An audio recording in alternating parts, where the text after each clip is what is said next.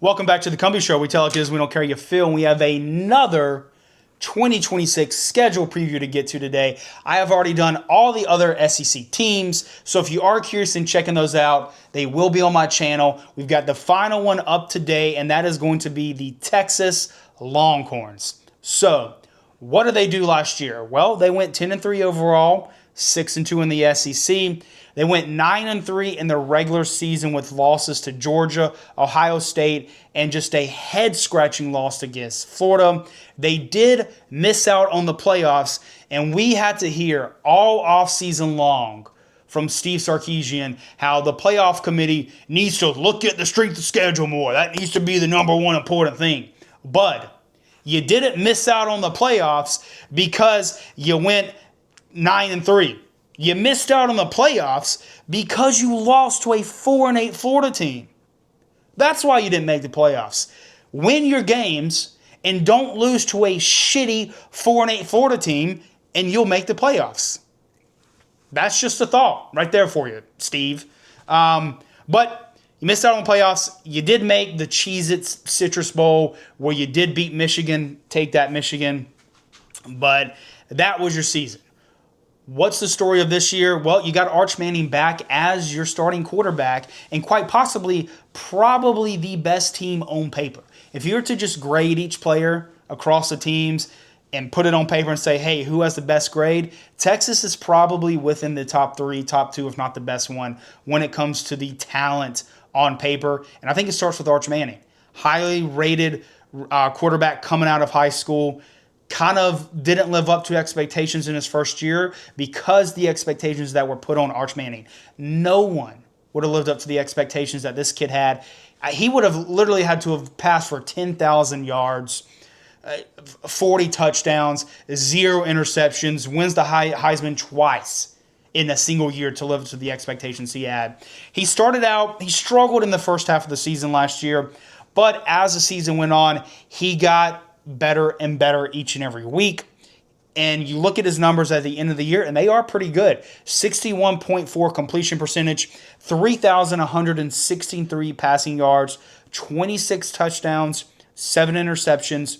That's a very good stat line for your first year starting as the quarterback, especially in the SEC. Ryan Wingo returns, wide receiver. He's a stud. Defensive end, Colin Simmons. He's a stud. He returns. So this Texas team has some good returning production. They did lose a lot, but they've got some really good returning production. Also, they went out and they collected in the transfer portal. Top 10 transfer portal class, depending on where you look. Some even have them in the top 5. Cam Coleman, wide receiver from Auburn, I think he's going to be elite. And then you got a running back duo that I think you're going to need to heavily rely on this year, Smothers and Brown in the transfer portal. And then tight end, I'm not even going to try and pronounce his last name, Michael Masons, I think is how you say it. He's a good pickup from the portal. So you got some good returning features or key players, quarterback, receiving room, and you went out and you got some much needed players in the transfer portal with where you're struggling. The only thing I would be kind of concerned about if I was a Longhorn fan going into the season is this is a completely revamped O-line. A lot of new faces there. Can they gel? Can they get it figured out and work as one unit? So, little concern there. No traditional spring game. They hosted a football fan day and an open practice, and I've made my thoughts on not having a G-Day or a spring game, my bad. Georgia calls their spring game G-Day game. I hate that teams are getting away for this. Now, I love the idea of a fan day where you bring the fans, you have events, the fans can meet the players.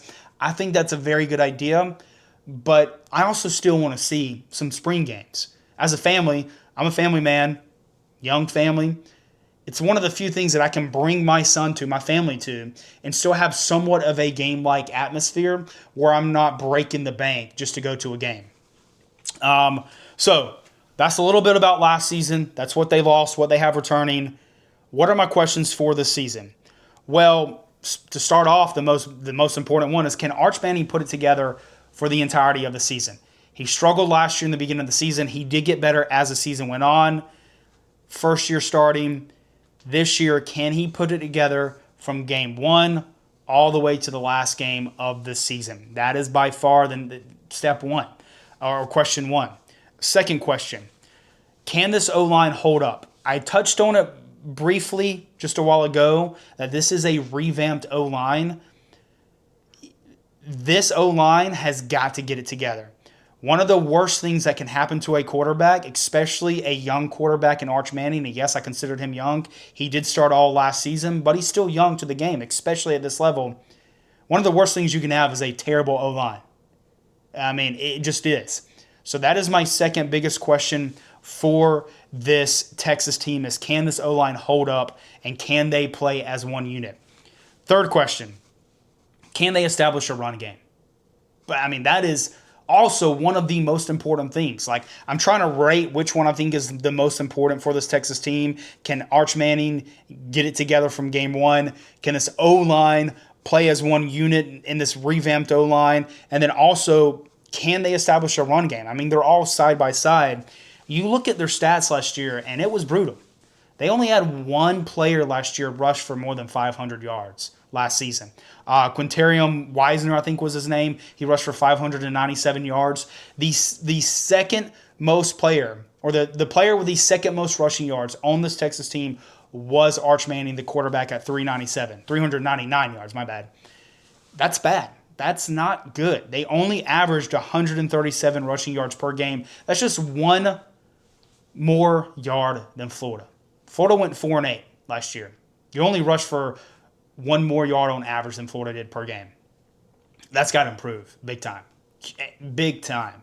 If Texas wants to get where they're going, you got to improve there. And let's not beat around the bush. Let's make it's for Texas, it's national championship or bust, plain and simple.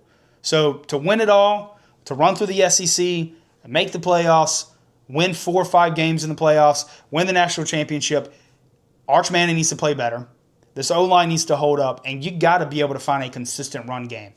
And the fourth and final question, I typically only do 3, but the fourth and final question for this Texas team, because it is relevant, because it's new, can they avoid a head-scratching loss? You lost to Florida last year, a horrible, bad 4-8 Florida team. That's what kept you out of the playoffs last year. You're looking at this schedule, which we'll get to soon.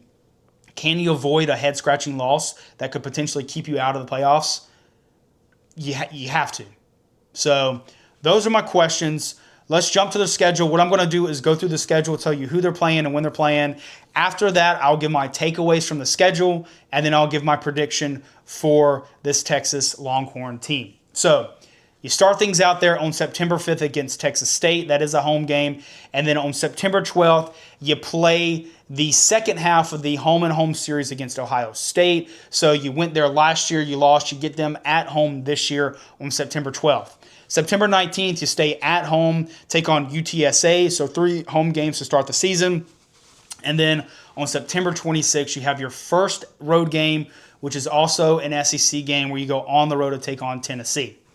After Tennessee, you do get your bye week on October 3rd. Coming out of your bye week, as always, on October 10th, you take on your rival, Oklahoma, there at the neutral site.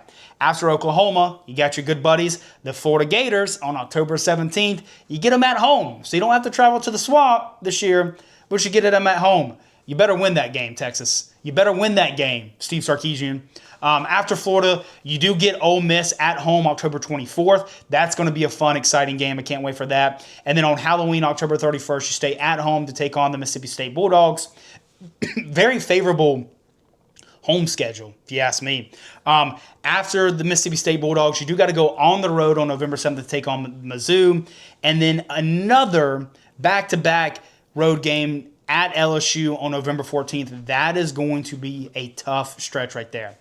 After the LSU game, you are back home on November 21st to take on Arkansas, and then to round things off in the regular season, going on the road to take on Texas A&M. So that's your schedule. What are my immediate takeaways? Well, for starters, you don't have to play Georgia. You miss out on Georgia. So congratulations, Texas. That's one less loss that you have for the 2026 season. All jokes aside. Second takeaway, there's a few games. I mentioned it in one of my questions for this team. There are a few games where I look at it and I'm like, hey, that could be a head-scratching loss right there. At Tennessee, you should be favored. You will be favored. You should go on the road and beat Tennessee. It could be one of those games where you look at the end of the season and you're like, how do they lose that game? That's one.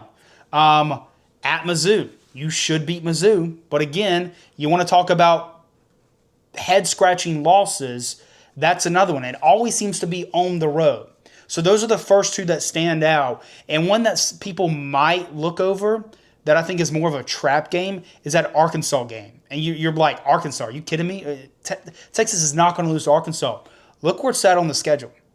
It comes after back-to-back road games. So you got to go on the road to take on Mizzou, then on the road to take on LSU, and then you have to take on Arkansas right before you have to go on the road to take on Texas A&M.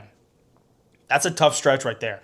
If you want to talk about a trap game, that is a trap game for Texas.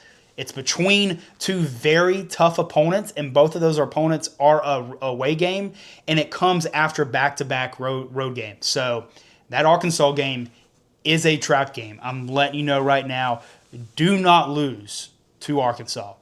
And also, I just mentioned another takeaway is you got back-to-back road games against Mizzou and LSU.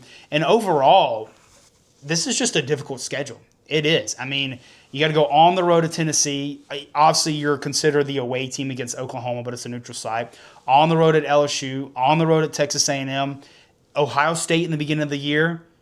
That's tough. Or beginning of the season, that's tough. Tough game. What's the floor for this team? Well, the floor for this team is 7-5. And no, I do not think Texas is going 7-5. When I say floor, I mean that this is the absolute worst case scenario. Arch Manning gets injured.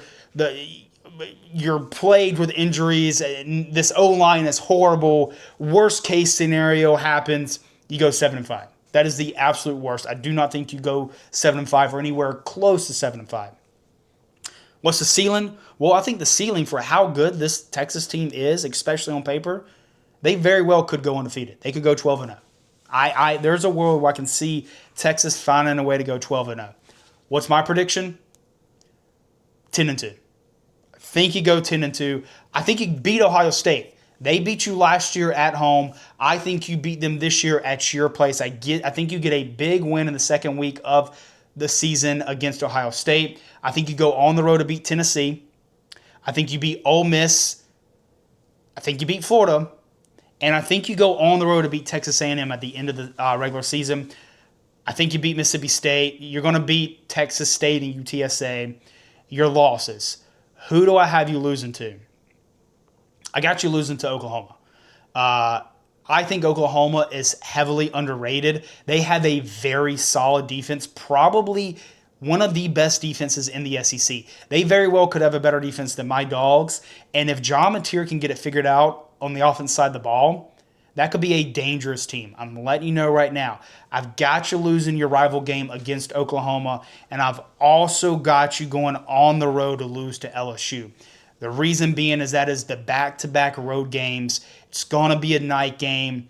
I think Mississippi State is going to give you a fit, and I think just going back-to-back, it's going to be a lot, and I think you take your second L of the season on the road at LSU. But I do think you avoid any of the head-scratching losses. I don't think you lose to Tennessee. I don't think you lose to Mizzou. I don't think you lose to Arkansas. So I got you going 10-2, quite possibly making the SEC championship game. And I think at that record, even if you make the SEC championship game and lose, I think you're still getting into the playoffs at that record. So that is my preview. That is my prediction for the Texas Longhorns in the 2026 season. Let me know what you think down in the comments. Am I wrong? Am I right? Who do you have them winning or beating? Who do you have them losing to? Do you have them beating going 12-0 or going 4-8? Let me know down in the comments. But other than that, over and out.